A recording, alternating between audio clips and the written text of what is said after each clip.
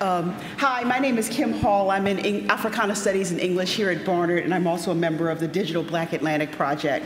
And it's my honor and pleasure to welcome you to the session, Artists and Audiences in the Digital Space. And if you don't know where you are, the other session is 409, and it's right outside the hallway there. And I am going to try not to get so entranced by the presenters that I lose track of time, but I want to try to leave us time for questions. And are we going to go in this order? Have we changed order? So I'm going to introduce people in the order in which they appear. Our first speaker is Tzarina Prater, who is an assistant professor of English in Bentley University's English and Media Studies Department, where she teaches African American and Anglophone Caribbean literature, as well as gender and cultural studies.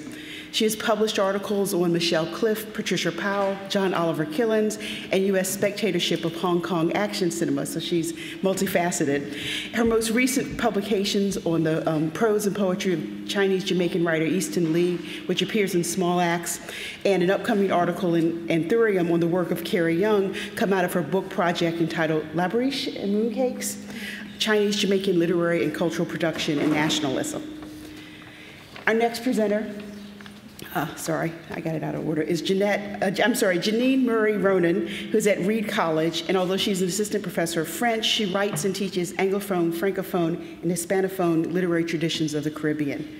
Her current book project, Touching the Distance, Performance and Contemporary Caribbean Writer, places these traditions in conversation around the question of how performance practices inform the aesthetics and politics of contemporary Caribbean writing.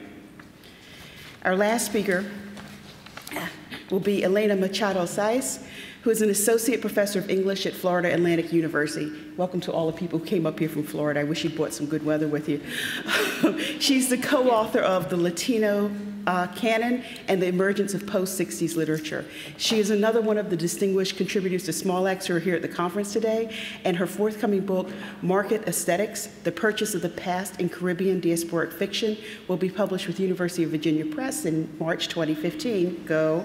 The book contests established readings of authors such as Junot Díaz, Julia Alvarez, Edwidge Danticott, and Ana Menendez, while showcasing the historical fiction of emerging writers such as David Cheriandi, Marlon James, and Monique Rafi.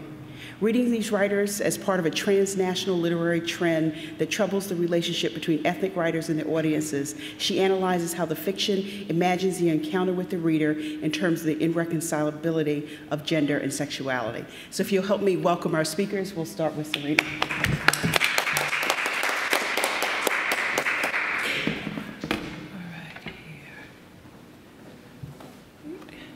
How do I get this going? Hold on. Slideshow. If you do, yeah.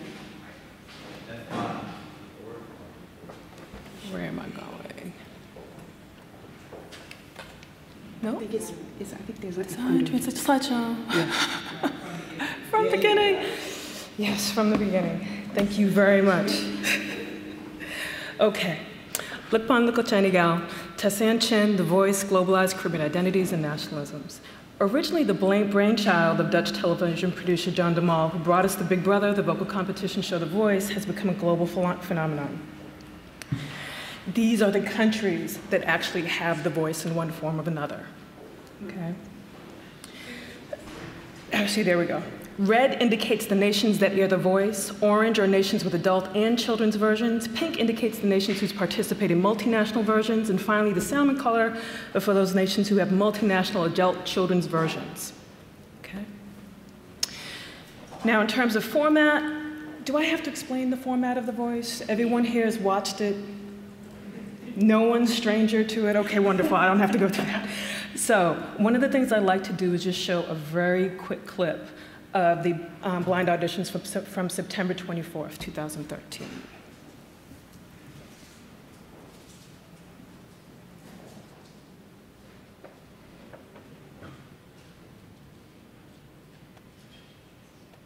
Wait. You had it on mute? Sometimes I think it's okay. Sorry, Tessanne, in the interest of time. Okay.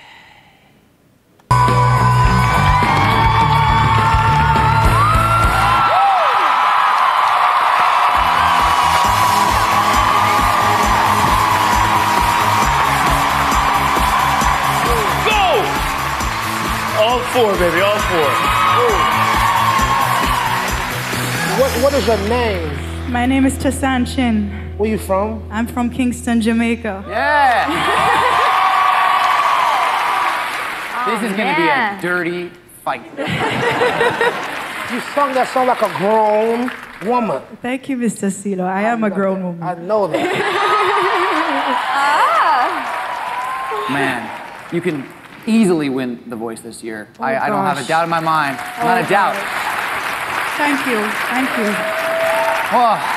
You know, I won't lie to you like Adam just did and tell you that you could easily, it's very hard Yes, sir. to win this show. Not for you. Exactly.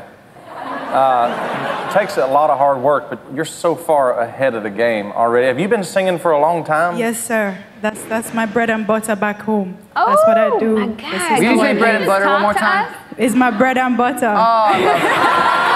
Oh my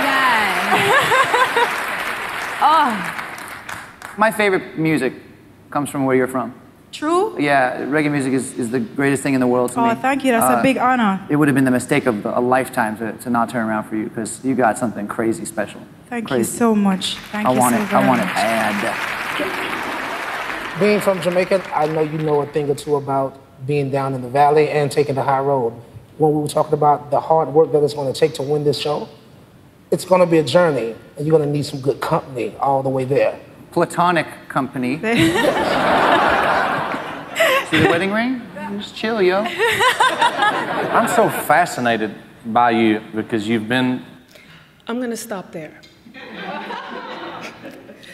Okay, at the end of the blind audition, something interesting happened. After having successfully gotten all four of these judges to turn around, Adam Levine, lead singer of the American pop band Maroon 5, CeeLo Green, an alternative quasi-Afro-futurist hip-hop artist who started out in the group Goody Mob out of Atlanta, Georgia, and Christina Aguilera, pop singer, and Blake Shelton, country singer, all turned their chairs. The judges asked Chin her name and where she was from, and the moment they hear her accent, she is asked to repeat words and phrases. Where are you from? Blake Shelton asks about her experience singing, and then she says bread and butter, and this is a phrase that everyone is familiar with when it comes to Tessanne Chin. Christina Aguilera says, oh my God, can you just talk to us? Blake Shelton with his, I am fascinated by you. And more poignantly, the explicit sexualization with Levine pointing out Chin's wedding ring to fellow judge CeeLo in what is an interesting moment of displacement of his thirst onto CeeLo's. There is a palpable disjunction articulated by the judges who seem incapable of reconciling a phenotypically Asian-looking body on which they could project an Orientalist gaze with a Caribbean-sounding voice on which they could project yet another set of fetishistic and insidious identifications. The fetishism of Caribbeanness was crystallized throughout the season with the songs chosen for Chin to perform. Despite her explicitly articulated desire to be a global artist, to not be pigeonholed as a reggae artist, and her repeated insistence on her own diasporic complexity, citing her family's origin in multiple diasporas, making her not twice but thrice diasporized, she was given 3 consecutive reggae songs to perform: Jimmy Cliff's Many Rivers to Cross, Bob Marley's Redemption Song, and Underneath It All by Gwen Stefani, which was produced by Sly and Robbie. In their commentary, especially when Chin performed pop tunes,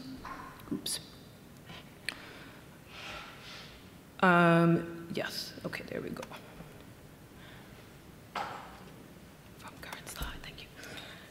The judges went so far as to demand that she be more herself, quote unquote, to be more, quote unquote, authentic. She, in short, was asked to perform otherness, Caribbeanness for these armchair tourists. A discernible cartographic impulse of empire, the mapping of discourses onto the exotic went into motion as judges incorporated personal narratives of their vacations to the Caribbean when speaking to her. Every one of the judges did this at one point in the season.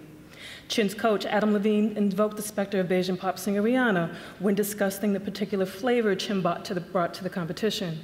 For Levine, particularities of place do not exist. All of the Caribbean male body in a context of convergent transnational networks of production, circulation, and consumption.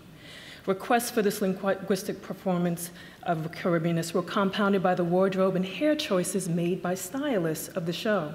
In styling Tessanne Chin, and this came out of The Gleaner, Aaron Hirsch, stylist for The Voice, states that they took shopping cues based on the contestants' personalities when choosing their wardrobe. But exactly how was Chin's personality being read?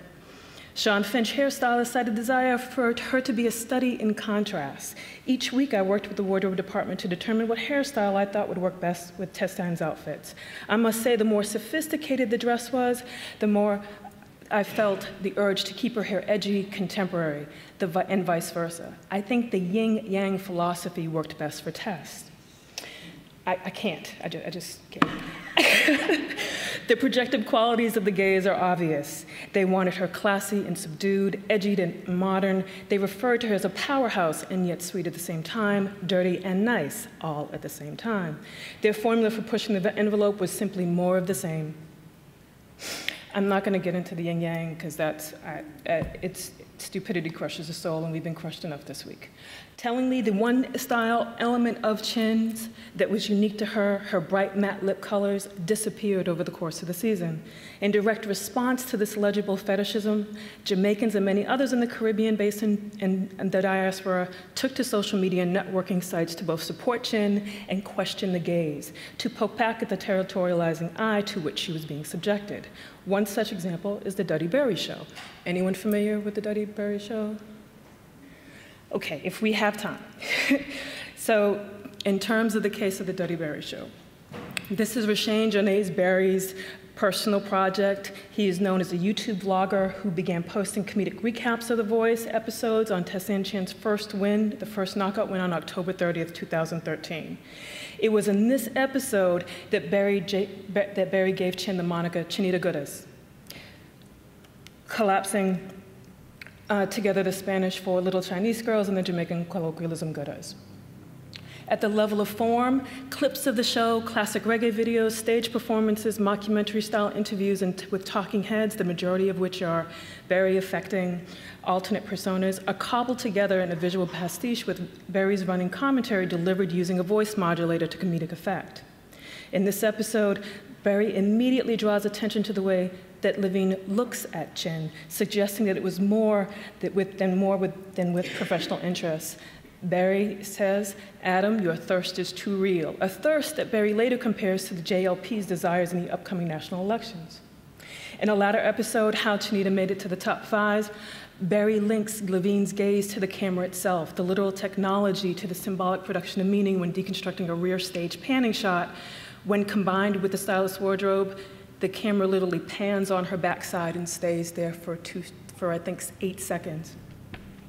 While Berry actively critiques the way American media fetishized Chin, he also consistently referenced Tessanne's look, specifically her champion body and the fit of her clothes. At one point, Berry halts his narrative to exclaim, "A moment of silence for Tessa legs them there. For a little Chinese gal, she got some serious healthiness, chunkiness to work with, you know. Tessa legs them there are what inspire man for make leggings." This objectifying gaze is intended to displace that of the white American male, here represented by Levine.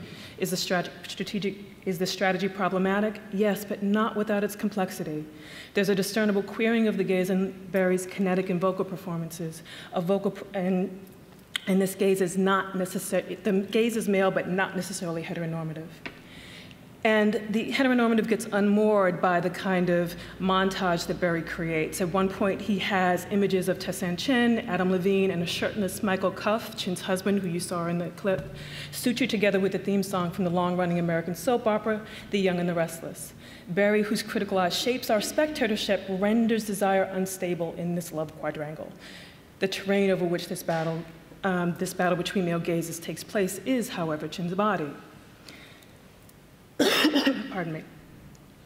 If we are indeed to take Brinkerhoff's definition of digital diaspora as an explicitly political project in which diasporic subjects use digital platforms to express diasporic consciousness, where they, to borrow from Brent Edwards, articulate those complex hybridities, identities formed in and through diasporic practices and processes, where they share experiences of inclusion, exclusion, generational conflict, strategies for navigating political and economic and social quagmires in their host nations, to foster and retain cultural retentions and political connections through linkages to home, then Berry's satirical take is just one of the many articulations of this kind of digital diasporic work.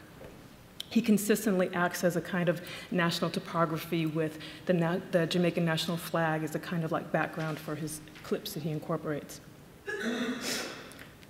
The There is in the marking of Chin as Likkle Chiney girl, not necessarily, even as he marks national space, he also marks Chin's body as Likkle Chiney girl, but is not as a derisive form of classing off, of making and marking other, but as a gesture of incorporating Chin into a very specific Jamaican nationalism. Commenters and subscribers came from all over CARICOM and throughout the diaspora, with views, shares, downloads, and the likes transported to other digital platforms, Facebook, Reddit, Tumblr, Twitter.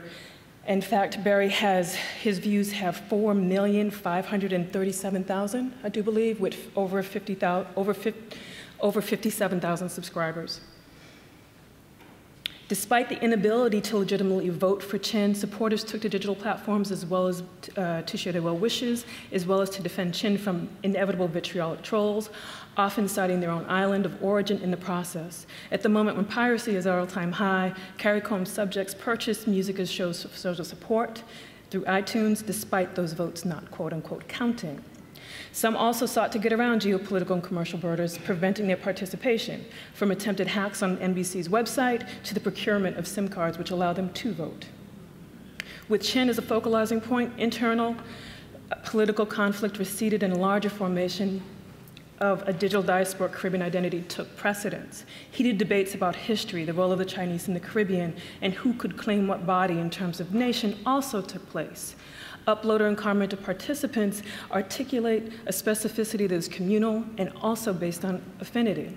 I read Duddy Berry's uploads and the responses to them as just one nodal point along a network of intersecting local and global battles for political and economic autonomy.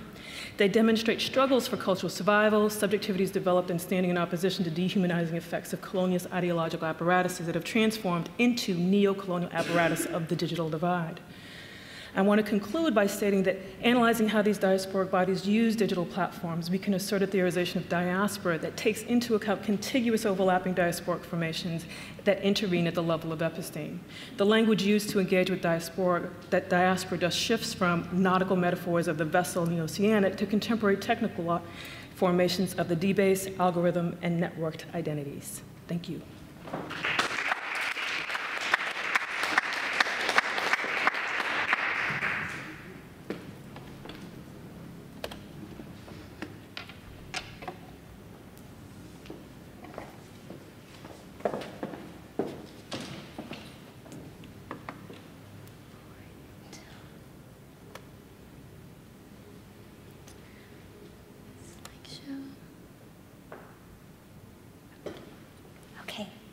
Thank you all for being here, and a heartfelt thanks to our organizers for putting out an inspiring call for papers.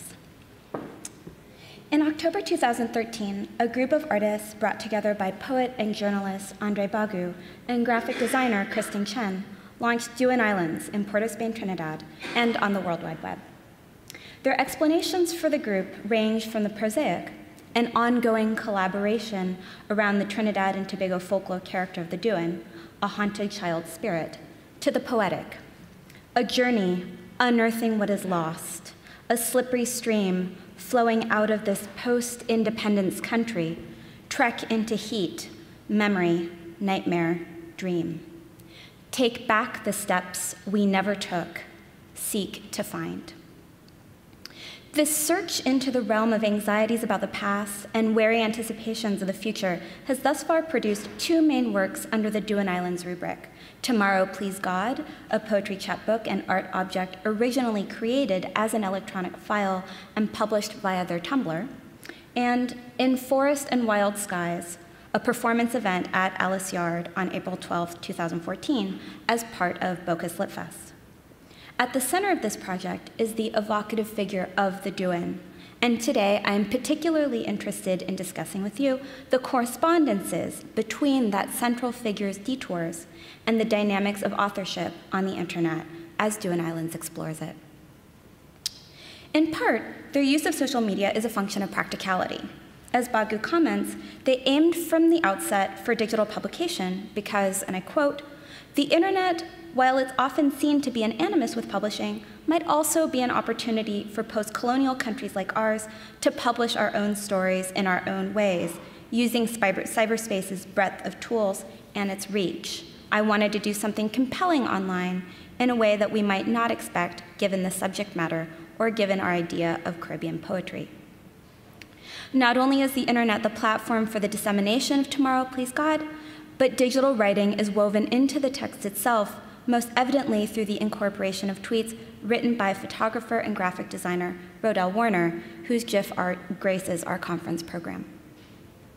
This use of Twitter brings a whole new dimension to the questions of temporality in this text, throwing open the interpretive possibilities for chronology as well as duration. For Twitter, as a microblogging medium, works primarily according to reverse chronology. When used in connection with the figure of the Duan, a figure whose backwards feet draw paths that take those who would follow them on detours, what happens? Does scrolling down a feed that starts with the present and writes its way into the past normalize the Duan's deceptive pathways? More broadly, how does Twitter, among the digital media evoked in Duan Islands' work, allow Bagu and his collaborators to take on folk culture in unexpected ways? I was drawn to the to the work that Duan Islands is doing, in great part because of the resonance of that phrase, take back the steps we never took, and its resonance with Glissant's assertion that in the aftermath of the massive cultural, linguistic, and human losses of the Middle Passage, Caribbean literature is a literature of traces. The trace for Glissant functions in both the Derridian sense of a mark of disappearance and deferral, but also, as Peter Poyana suggests in his reading of Les Indes, Glissant's epic poem about the founding of the Caribbean, the trace is another way for Glissant to elaborate his concept of the relation. The trace can therefore mark a mode of participating in a world that is replete with opacities. To confront both what is absent and what lies beyond comprehension is central to the approach that Bagu, Chen, and their collaborators take to the Duan as a figure for post-independence Trinidad and Tobago. One way that they update the Duan for the 21st century is by using digital forms of writing and mobilizing the expressive qualities that are proper to social media, its brevity, its practical ephemerality, and the now established tradition of marginalized or repressed persons using it to build their social justice movements. By conjoining the Duan with new media, their work takes up the question to which Glissant gestures when he associates Caribbean literature with the losses that nevertheless produce generative traces. What inventive concepts and experimental rhetorical practices emerge when Caribbean writers turn towards loss? First, I want to take a moment to talk about this figure, what is a Duan? A Duan is the spirit of a child who died before being baptized, and then, as a spirit, poses a threat to other children, living, baptized children, as a kind of bogeyman who will lure them away from home. This figure can be found all over Latin America as well, where it's named El Duende, but the physical characteristics that give the Duan its particularly rich metaphorical potential and yearning qualities, the facelessness, the backwards pointing feet that misdirect anyone who would follow them.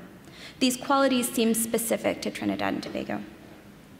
The choice of the Duan as the central driver for the artist's collective came out of the extensive conversations between Bagu and Chen. Bagu had wanted to reflect on the undead, and it was Chen who proposed the Duan as a possible avatar for abandonment and the loss of identity. On the description of the Duan Islands project on his professional webpage, Chen remarks that he was inspired by Alfred Codallo's representation of Trinidad's mythology in the 1958 watercolor Folklore, displayed at the National Museum and Art Gallery in Port of Spain, in which the Duan are on the margins of the frame or on the edges of the river, their awkward feet requiring a double take in an already fantastical painting.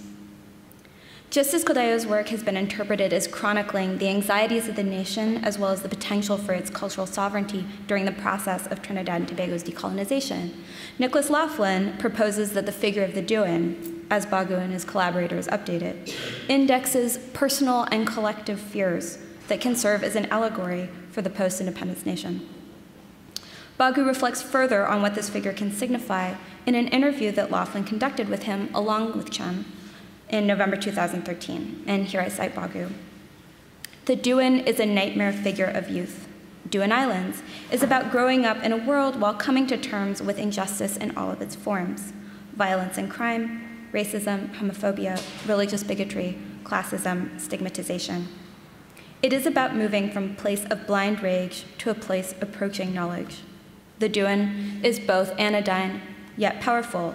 It embodies a subversive power relationship, end quote. Here, Bagu offers a number of different directions for interpreting the Duan, particularly emphasizing the Duan's bivalence as a nightmare figure of youth. It both represents a threat to youth, and it represents the ways in which children are vulnerable and imperiled.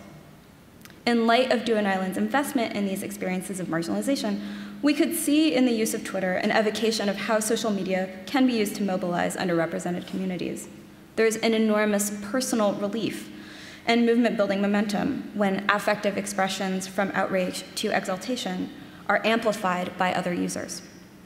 I don't want to make too much of this since, in light of Thomas Spear's comments about flotsam, which are absolutely well taken, and also the stereotype of the couchtivist, for whom upvoting a post is sufficient for political engagement.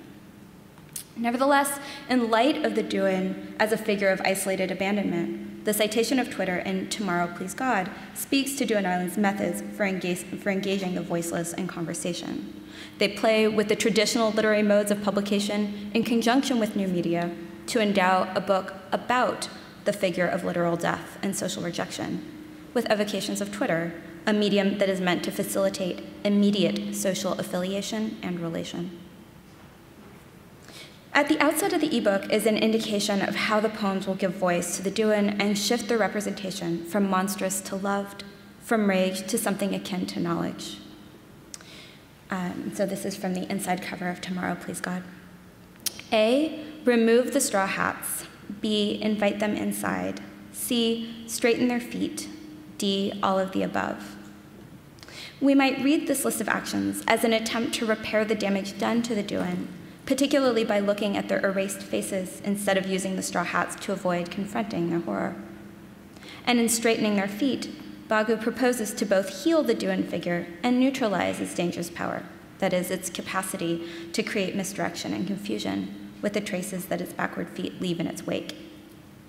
I suggest that the tweets go against the grain of this stated intent. Cropped so that their timestamps are invisible and uncertain in their chronology, they retain the potential for backwards paths.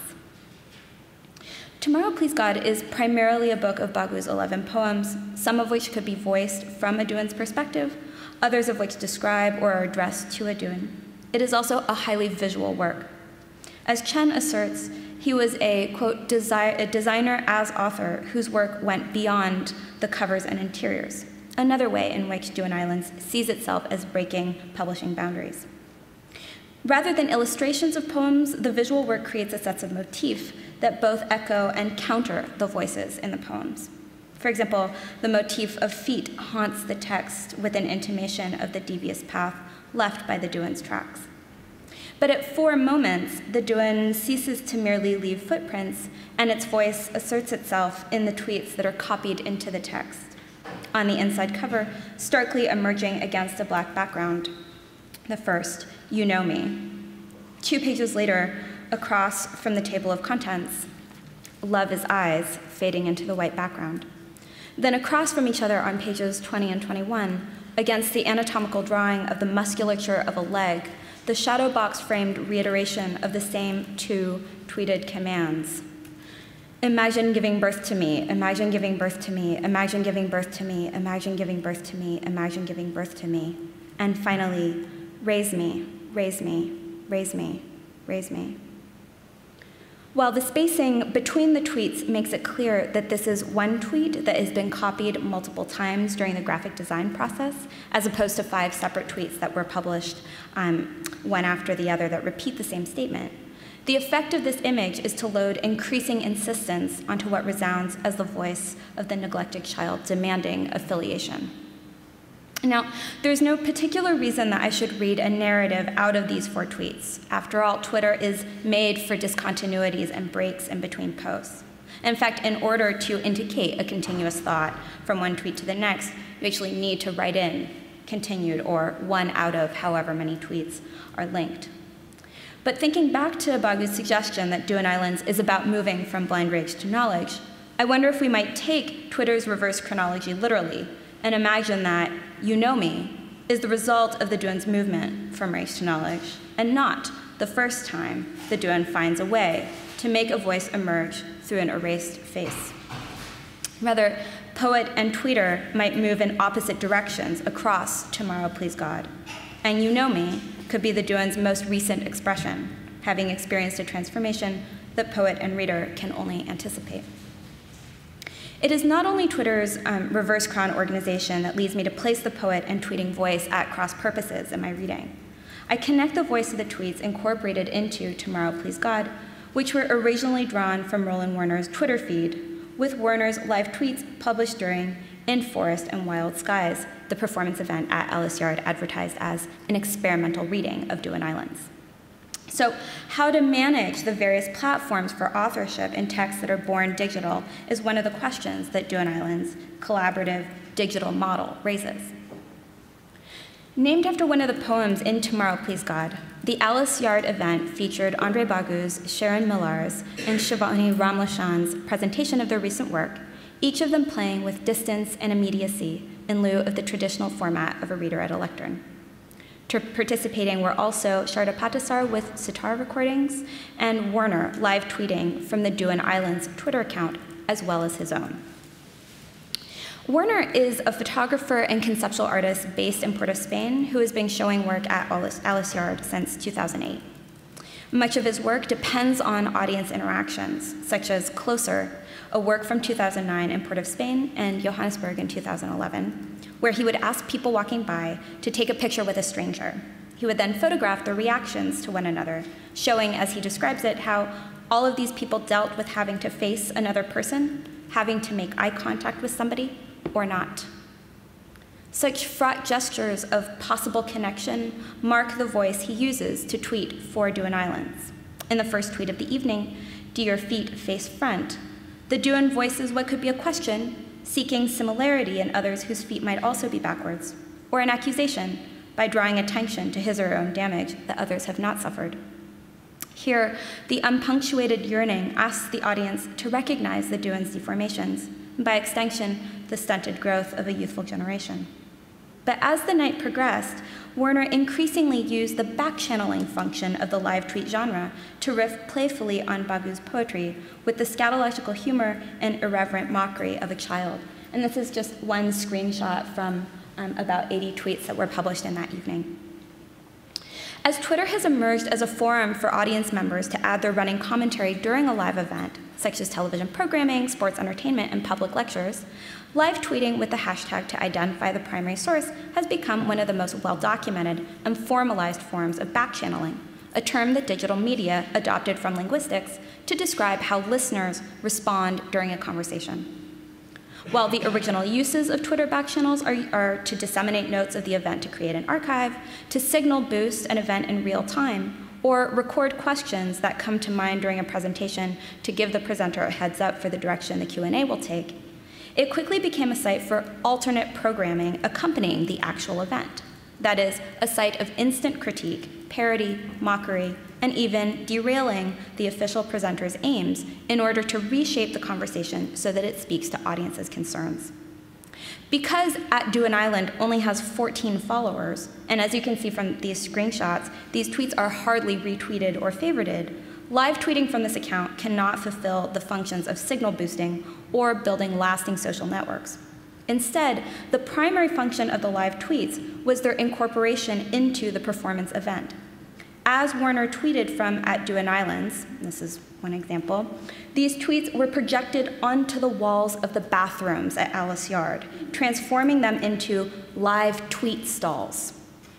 So here you can see the look of @Duan Islands for that evening. So part of the feet profile photo, as always, the wavy distortion of the image as you view it not on a computer screen or phone, but on an analog screen, and a tile background used especially for this event. So the tile background being, you know what it is, the designs behind the tweet itself. So this is a composition of patterns that Werner has made from his GIFs, and the one that's directly underneath the tweet is also the profile photo of Ambient Yes, the Twitter account that is cited in Tomorrow, Please God. In future work, I want to explore the connections between the sexualized discourse of the tweets and the off-scene, obscene site for the tweet's projection. But in the interest of time, I will simply close today by suggesting that the way in which the live tweets were incorporated into the event indicates to me that the back-channeling was meant to bring a sardonic, questioning, undermining edge to the voice of the Duan, one which I wonder if we can fruitfully link to the tweeting voice of Ambient Yes, as incorporated into Tomorrow, Please God. The Duan comes into its own here as a voice of subversive dissent, protesting against the erasure of its very face from the social body, requiring recognition of the costs of that erasure. And perhaps it is in engaging that loss from the trace of the absence of the erase that Duan Islands can begin to take back the steps we never took. Thank you.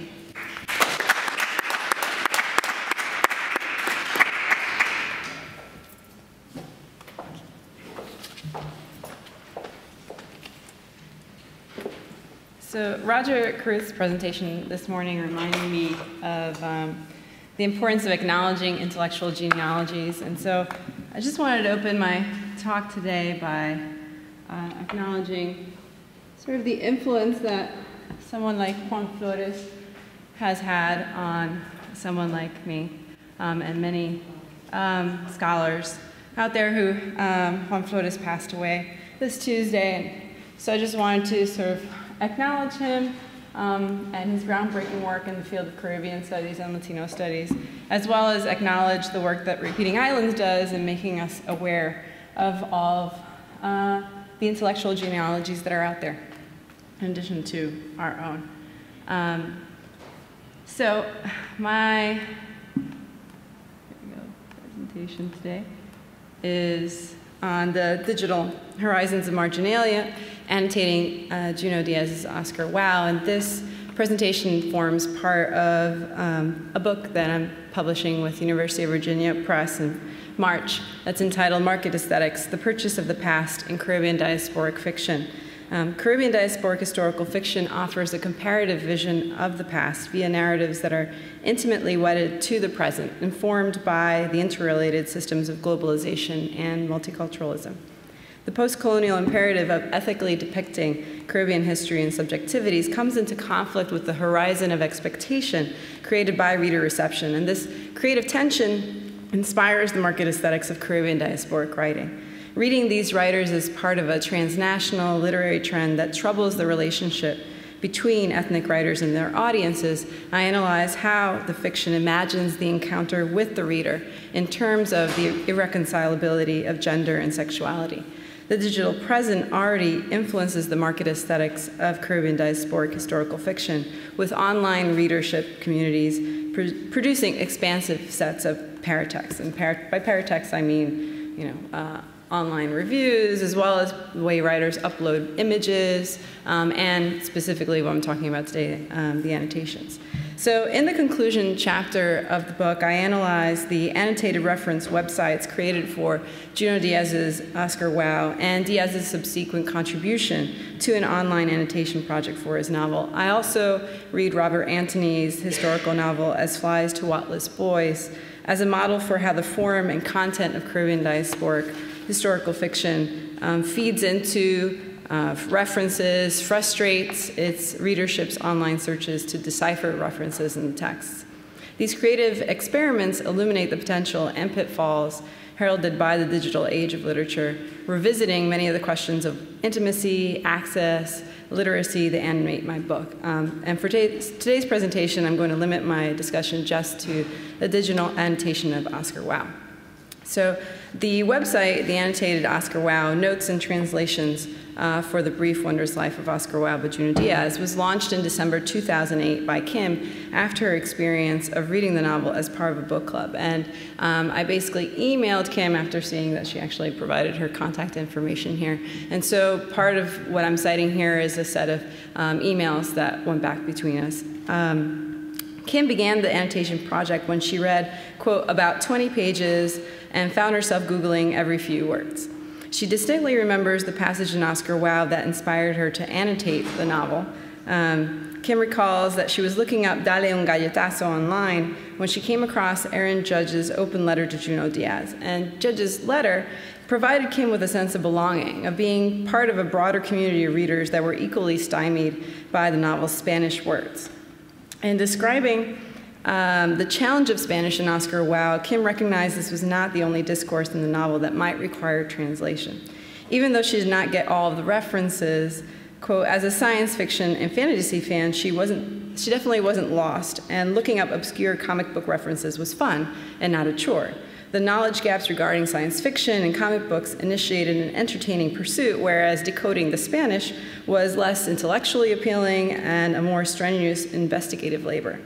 Kim explains that her limited Spanish meant that she was, quote, looking up even relatively basic words or phrases, and the more complicated and vulgar words weren't in Google Translate, of course, so that took more research. The annotation website collates this research so that the labor of translation is achieved with minimal exertion. Kim's website invites a readership that is, quote, having the same problems when they are reading, to enter a digital medium for instantiating community and creating an alternative text of meaning. At the same time, Junot Díaz gains a virtual space by which to envision his audience's responses to the rhetorical project of the novel's market aesthetics. Kim disclosed to me that, quote, Díaz actually sent me an email about 6 months after the site went live that said, love what you've done and how many people you've helped with my crazy novel. The annotated Oscar Wilde is a useful reference for readerships with access to the internet, but its origins also point us to other forms of digital marginalia that flesh out the profile of these online researcher readers and their horizons of experience. The open letter that confirmed Kim's desires for translation and inspired her to create an annotated website begins with Aaron Judge explaining that because Judge's mother sent her to, quote, a fancy college where I had the opportunity to study abroad, the mother often relied upon Judge to help translate Spanish. What follows is a verbatim citation of a humorous instant messaging conversation between Judge and her mother, with her mother requesting that Judge translate several sexually explicit Spanish words. Once Judge finally asked where her mother had been hearing these shockingly improper terms, she realized that her mother was reading Junot Díaz's novel, Oscar Wilde. The open letter ends with a plea that Díaz be more attentive to the needs of his reading audience. Quote, next time you write a book with widespread popularity that appeals to suburban women who are not Eva Longoria, and that's a mistake, that's not how it's spelled, Parker, and don't know what the hell you're saying, please, please, please supply a glossary. The novel's untranslatability compels Judge to have an awkward exchange about sexual intimacy with her explicitly non-Latino and therefore implicitly white suburban mother.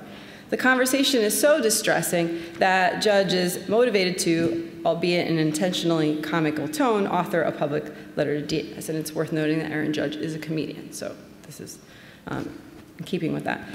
Contrasting her mother with Eva Longoria, a Mexican-American actress who stands in for suburban Latinidad, Judge makes an appeal for the consideration of a different readership, one that is desperate for translation and, by implication, requires a necessary distance from the sexually scandalous material. Contrasting her mother with a symbol Latinidad, Judge's allusion to the forgotten audience of white readers references the ways in which the novel others or alienates this readership. Judge's open letter also aligns these readership demands with the profit logic of the marketplace. Judge takes Díaz to task for neglecting his duty as author-translator and tries to appeal to the market rationale that she thinks motivates Díaz's creativity, making the case that a translation glossary could be sold as, quote, a companion guide, promising that the product would be a win-win-win because your publisher will love it and people would buy it. As I discussed in Chapter 5 of Market Aesthetics, the translation choices in Oscar Wilde reflect a writerly strategy that foregrounds el secreto abierto of queer sexuality as an allegory for the contradictions of the reader-text encounter. And I'm referencing here Rosamund King's definition of el secreto abierto from her excellent book, Island Bodies. And if you haven't read that, that is just a beautiful comparative Caribbean scholarly text. The market aesthetics of the novel appear mirrored by the anxiety of readers like Judge over the uncomfortable intimacy generated by the novel's linguistic politics. The labor involved in processing the indecent meaning of vulgar Spanish words appears to be of greater concern to Judge than the actual work of translating. In other words, the novel circulates terminology that, unbeknownst to the monolingual English reader, will create awkward occasions for translation. The conflict over intimacy in the historical fiction transforms into a struggle for the audience over how to negotiate the revelation of linguistic indecorum about sexuality. The attention to vulgarity brings us back to a core element of the market aesthetics of Caribbean diasporic fiction and its imagining of an impossible or possible intimacy with its audience. These examples of digital marginalia reveal that intimacy with the text produces a tense ethical negotiation for the reader. And the problem of subjectivity and sexuality emerges in Kim's narrative of her annotation project, which speaks to how an online presence is a public identity that has to be carefully managed. Kim explains that she maintains a first-name basis on the annotated Oscar Wilde in order to protect her privacy on such a public forum, as well as avoid the association of her identity with the problematic rhetoric that the website translates. Quote, "I didn't want search engine results for my name showing up with ethnic slurs and Spanish vulgarities." This strategy is completely understandable considering how little control an individual has over his or her cultural production once it circulates in the digital world. The anxiety over reception and access experienced by readers like Kim and Judge finds its parallel in the creative tension that informs Caribbean diasporic fiction, the competing demands of a writerly ethical imperative alongside marketist pressures of commodification and decontextualization. The task of managing a digital identity is a reminder that the internet is not a system promoting egalitarian engagement, but one that traffics data and products in streams or niches, classifying information by using networks of association that may differ from the original context producing that material. The research process of annotation embodies the challenges of creating an online archive of meaning and context.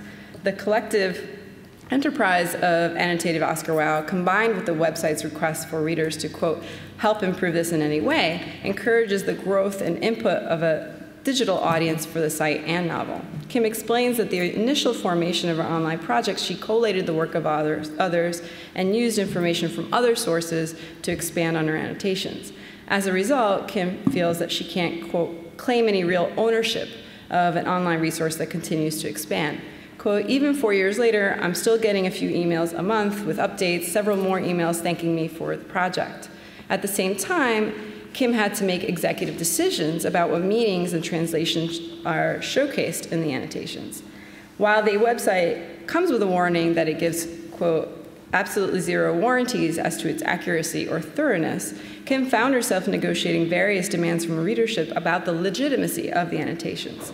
Kim receives feedback on the content of certain annotations and has to settle disputes over meaning by prioritizing her definition of the website's readership.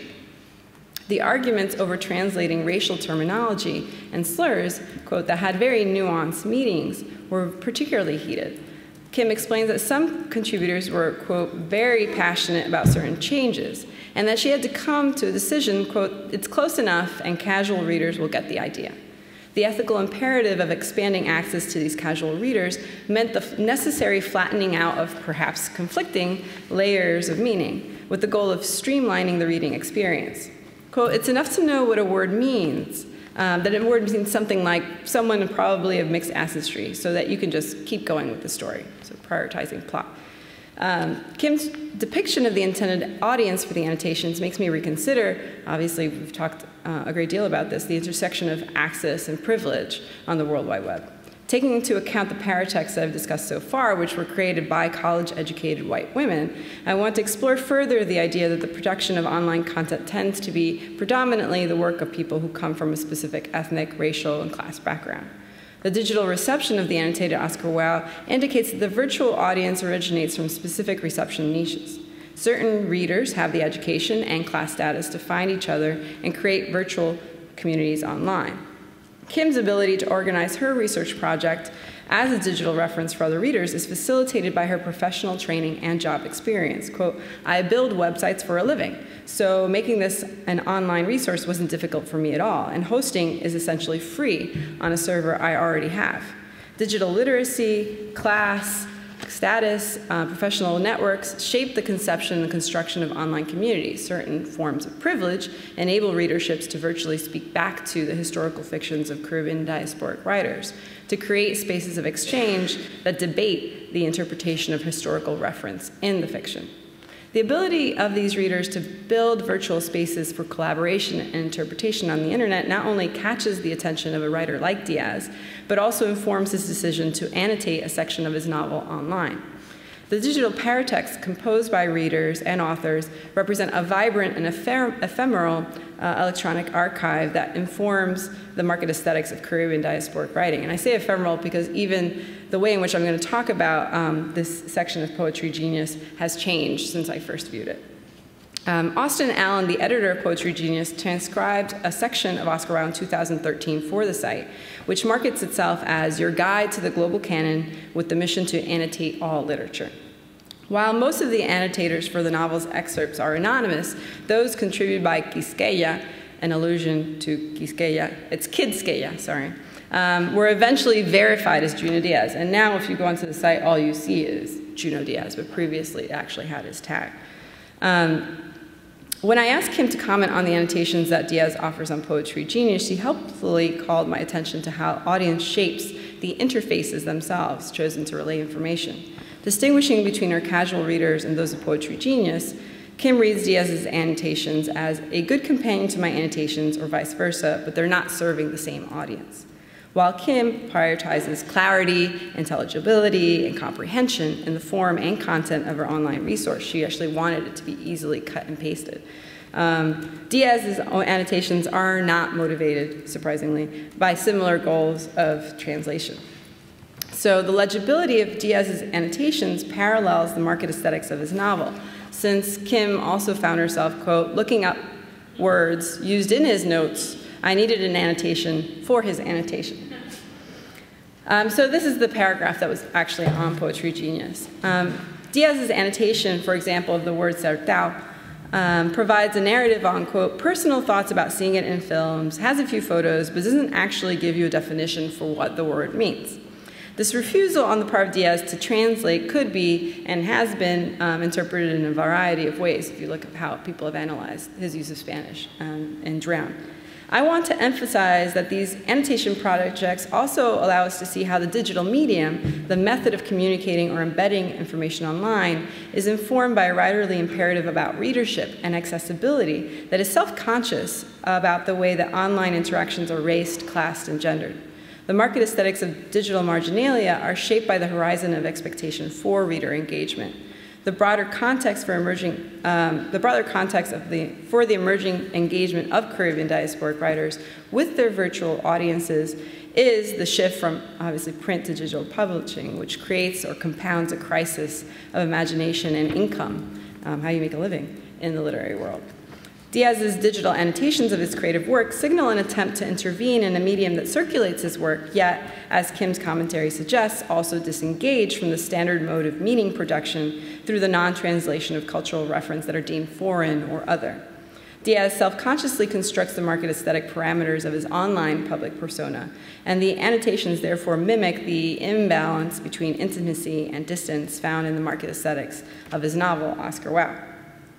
The demand for access, the intimate knowledge of Caribbean histories will continue to shape Caribbean diasporic imagination in the digital age. The digital paratext of Junot Díaz and Robert Anthony's historical fiction voiced dissatisfaction with the literature's contextualization. The online reception, whether popular or academic, rationalizes its demands for additional glossaries, appendices, and other companion references with a market logic that privileges translation and accessibility. The market aesthetics of Caribbean diasporic fiction acknowledge these pressures in the form, style, content of the novels, as well as the author's online archive and annotation projects. The digital presence of Caribbean diasporic writers is a writerly performance of disengagement and disarticulation that references the profit logic that circulates knowledge, memory, and history as capital. The market aesthetics of Caribbean diasporic writing allegorize the mixed blessing of the internet as another globalizing and decontextualizing venue, the opportunities and the drawbacks of digital publishing via queer metaphors of sexual intimacy. Caribbean diasporic historical fiction is as much ethically impelled to document silenced voices and histories, as it is also ambivalent about the historiographic ideology of documentation and the silencing and censorship that it demands. Thank you.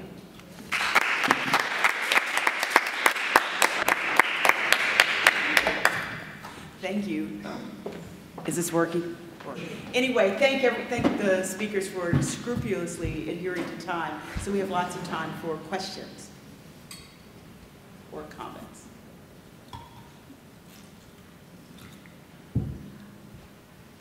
Yeah. I had a question for Jeannine, because anyone used Storyfy with any of the tweets.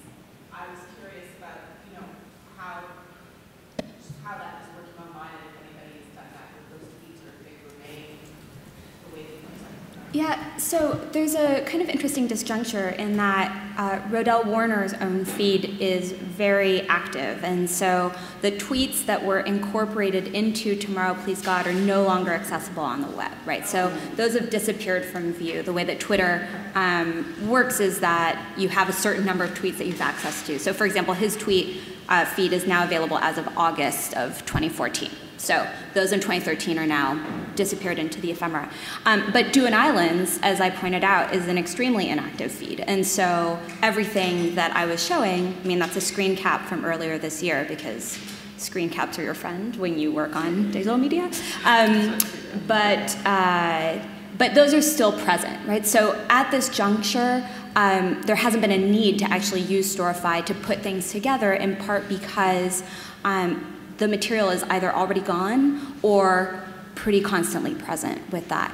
But that's I think Storyfy is really useful when you're looking at various different feeds that are putting together a story out of a lot of different perspectives, or narratives that are being updated in real time over a course of days. The Duan Islands Twitter event with In Forest and Wild Skies seems to be a pretty sort of condensed package on its own, though. I don't know if that answers the question.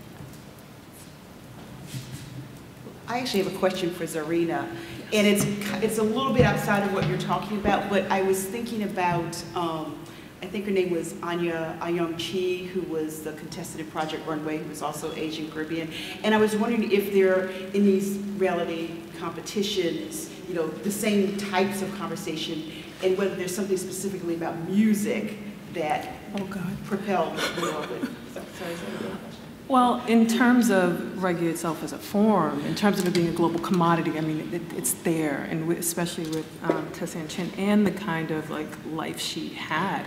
I was really interested in how uploaders on YouTube, how they re-uploaded and re-uploaded again and again, specifically her performances, and not just the ones of the reggae songs, not just the one of Marley and Cliff, and they kept on coming back to that larger, the quote-unquote, the pop song, in a way almost as a way of redress for her.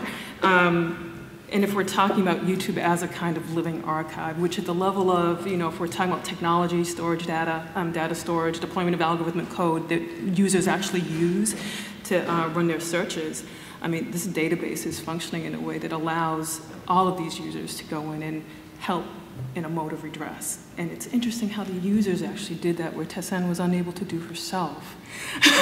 So that to me is quite fascinating. And also the frequency with which users took up, the amount of posters that would keep on coming back, the frequency of that was absolutely fascinating. It's harder for me because I don't have the skills. I'm gonna learn how to learn HTML at some point in my future.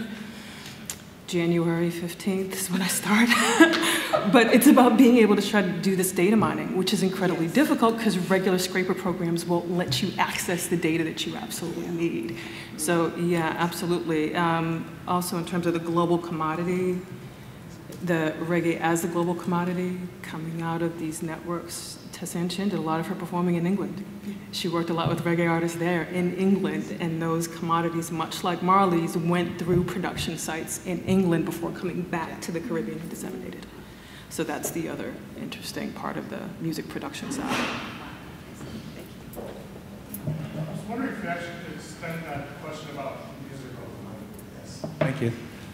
If you could extend the question of music to Elena, around poetry genius and the mode of annotation, because it's also interesting for me, if I have it correctly, poetry genius came out of the success of rap genius, no? Mm-hmm. And there's a way in which the market aesthetic of rap genius, right, to use your term, sets the terms of annotation, right? It sets the terms of how even Junot Díaz is engaging with poetry annotation. And I guess if you could speak more about the ways that these digital markets themselves come to define our critical practice, or how critical practice has become marketable, right? Annotation now becomes something that provides a new kind of sellable form, which is like the truth behind the decoded Jay-Z lyric, right? There is an entire market that's opened up that rap genius is tapping into, and how does poetry genius coming out of that genealogy now deters from the project that's coming out of Professor Hall's work as well? Yeah, my sense is that poetry genius does not have in any way close the kind of visibility or hits that rap genius does. And interestingly, in the time that between looking at the site from 2013 to now, Poetry Genius is no longer a tab on the main site. It's now lit. And clearly, you know, this particular annotation is of a novel, right? So I think the format necessitated, similarly to Rap Genius, lyrics, right? So it's short pieces. And so it's very curious to think why the creator of Poetry Genius wanted to annotate this particular page. It seemed very specifically interested in the footnote. So it excises most of the page. It's really interested just in like one line from the novel and then the footnote. So it's, the form definitely privileges, I would say it privileges certain genres above others, although there is an attempt to expand beyond that. I don't think it seems as successful, and certainly not successful in terms of the audience that's there for Rap Genius. And when I've looked at the commentary around the site, there is a kind of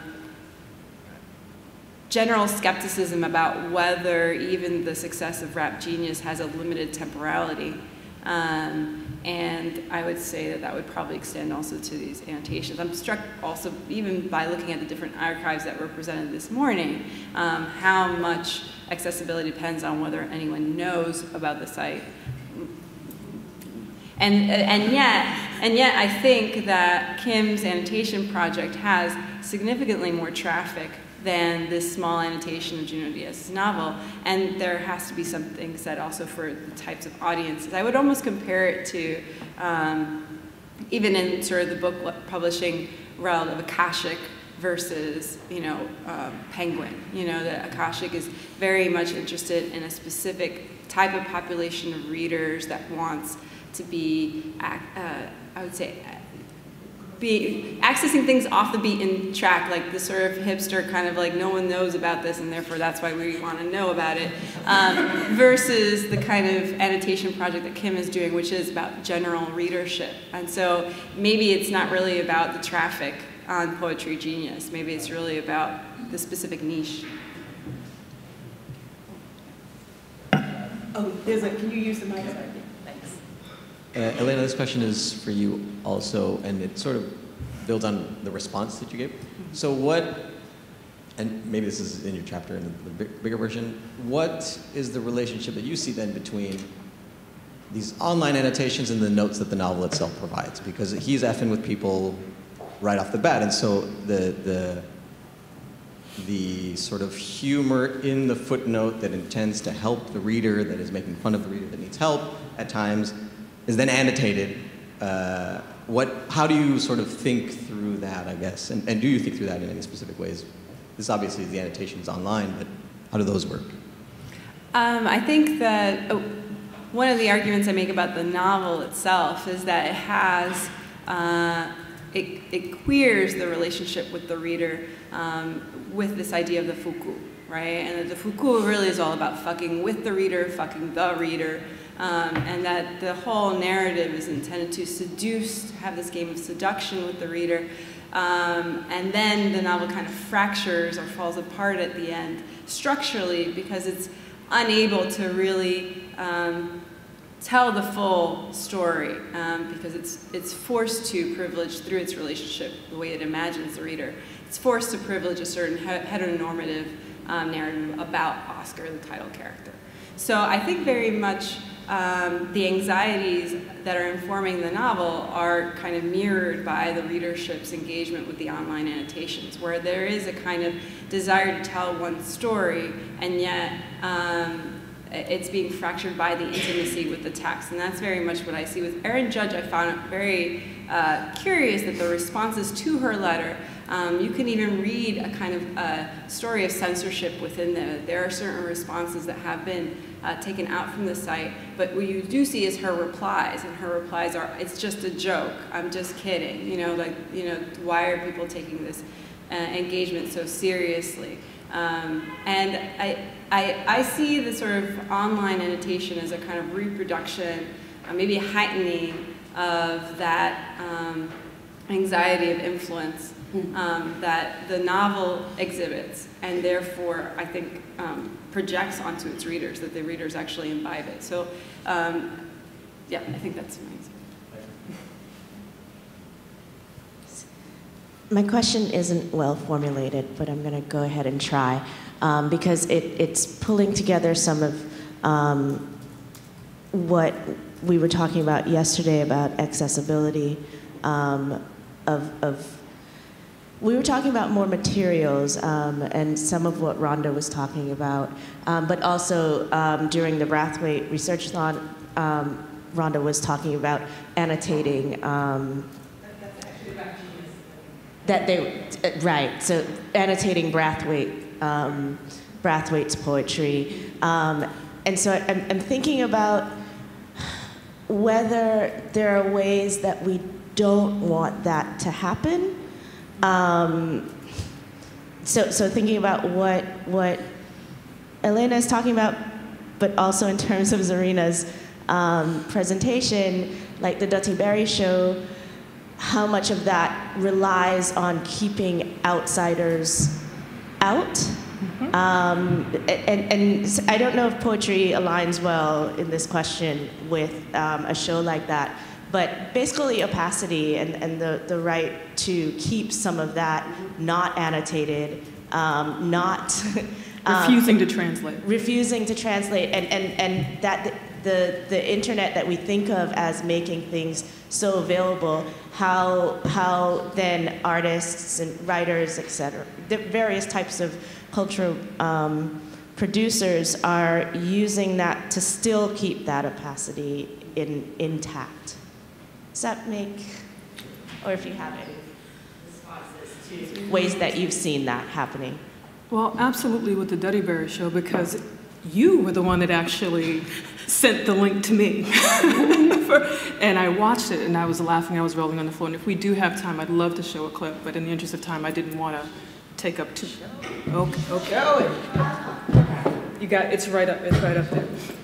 And for me, what's fascinating is that if you are not familiar with the vocal performance, like I had to go back in my memory to my childhood to remember this, and it took me a couple listens before I could actually remember intonation, before I could remember the cadence, to make it more transparent.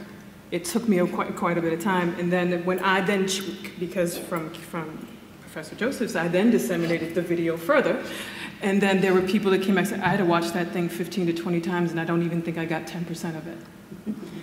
And my response was, that's good. It might not be for you. That might actually be the point, that this is about constructing community. And Dutty Berry refuses to translate the terms he uses throughout. And I think with YouTube, what's interesting about YouTube is YouTube was started by 3 former employees from PayPal, one of whom was Steve Chen. You cannot presume a white end user as most social media networking sites do. Not with YouTube. Well over 40% of the people on YouTube are Asian in some form of it. At any point, 3 to 6 out of the top 10 quote-unquote YouTube stars are Asian or South Asian descent. That means something. You have Chinese Jamaican people that upload videos and then abandon them as ephemera, but then come back and repost years later. I think that's a fascinating move in terms of how to use this as a digital archive. But even then, you have some posters that will choose to translate and some that absolutely refuse no matter how many times people ask them to translate the terms that are being used. Team Tessanne, Team Chinita Buddha, Team Bad Mind Michael Koff, Team round of applause for Chinita Ready Make Body, Team What Away Nobody Never Show Up at Bread and Butter Wednesdays, Team Tess and the Testless, Team Big Up all of the people that watch my video them a week time. So the Vice are start. James Woolpert, where you going so far? Me see you have bring your woman with you this week. Them I will cross the ocean for you type of singing there. Is what? She finally let have something for you this week? No man, your woman needs to go because she look like she is putting some pep in your step. With you and your bag of clone them on the stage this week, I thought it was a Penguin of Madagascar reunion. Matthew Shula, bag one for your tongue and lip, a play swipe and no swiping. A dry your lip them drive so youth. Lip balm sell cheap at wholesale downtown, you know. No Rasta. It's like your tongue did a fight in a Murray-Romàn rebellion and a big flick of freedom. Will Champlin, you did our plan for everybody this week. Shell. After Will's performance, Jamaica be like, where am I going so far? Him kinda creepy still, you know. Remind me of one of them you there from Home Alone. Caroline, somebody bust Miss Mary had a little lamp and little sexiness this week. Jackie, powerful voice, but good gosh, it are annoying. If it are annoying one more time, I make Portia tax it. Wanna know when some little butter ears pick me a ball and a ning in your ears? That is exactly what Jackie voice sound like. Cool, we don't want this week because my ears are related. Bossberry, Dirty Berry, so. But what a piece of alliance you're here have with your beard. Up ya so I say. Down ya so I say. Over to the judges, Christina. Y'all, you look sweet. That ultrasound weave the way your hair half by your head did that work for you. Kill me dead, you favor Mother Earth from Captain's Planet. CeeLo, you really gonna make a go through this every week. CeeLo come on NBC Monday night, favor a cash for gold sheet spread. So NBC look like them finally hear my cry and bring on Tessanne in the early part of the night. So in the coaching session, Adam Ariza with Tess, Will, and James. And something come up about them possibly finding a name for the group. Here what Adam suggests. I like the name Tessanne and the Dudes. No. You tell me no. Alepatia. Mom, love you. Tessanne, I know that you are just friend zoning him, but the question is, does Adam know that? No, Adam.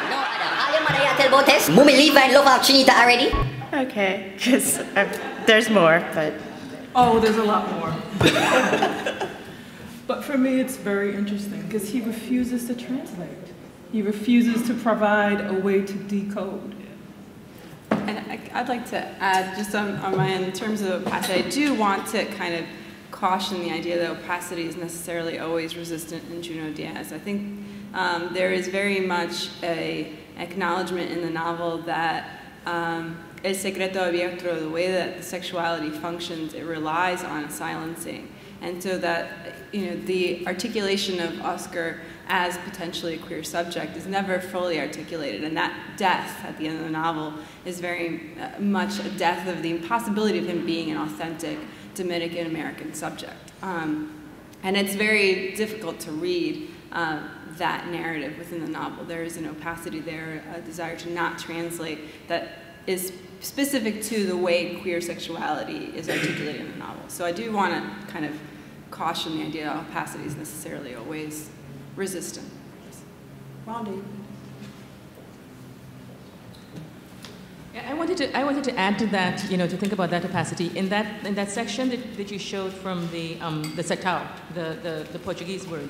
One of the reasons I think he's not translating is because he doesn't want to do what the annotation is doing, to reduce it to one idea. Mm-hmm. That it's much more important for you to be able to work out what all the nuances of the term are without just saying that word means this, which closes down the multivalence of it. And in relation to the mother, the judge thing, which I think is just hilarious. The thing I thought about was 50 Shades of Grey.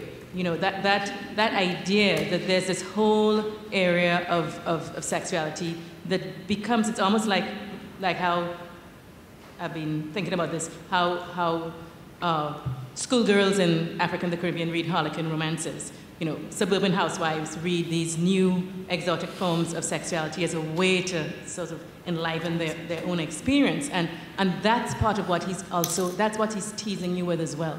This idea that if you actually did the work to get beyond your Sesame Street Spanish, you could find something really titillating at the end of it. So, you know, there's that double, the opacity is also something that draws you in and makes you want to find out what's at the end of it. And it's part of what's working, as I can see in this Dirty Barry stuff, where you get half of it, but you want to get the rest because somebody's getting a joke that you don't get. Mm-hmm.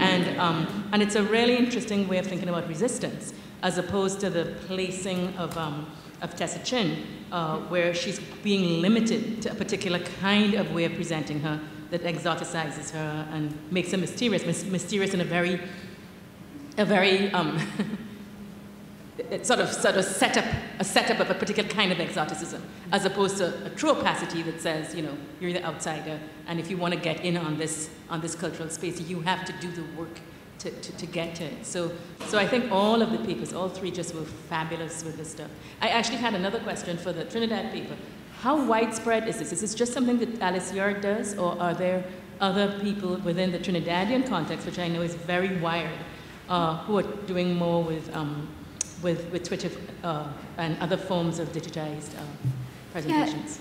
Yeah. So all the different contributors to Duan Islands project, so Andre Bagu and Kristen Chen and certainly Warner, and a lot of other writers who have participated in the projects, this is only one of the various different sidebars that they have online and otherwise, right? So, you know, what I think Bagu's, not being disingenuous, but certainly by saying we wanted to do something completely original and different online, is kind of participating in a tradition of using internet publication to play with form a little bit, right? So even among that group of collaborators, I can think of another set of projects that are using internet publication to do this kind of work. So yeah, to answer your question succinctly, I do think that it is something that is being explored more and more by this group of people who are connected through Alice Yard and Newsday and other kind of forms of publication that are using the internet for modes of dissemination, certainly.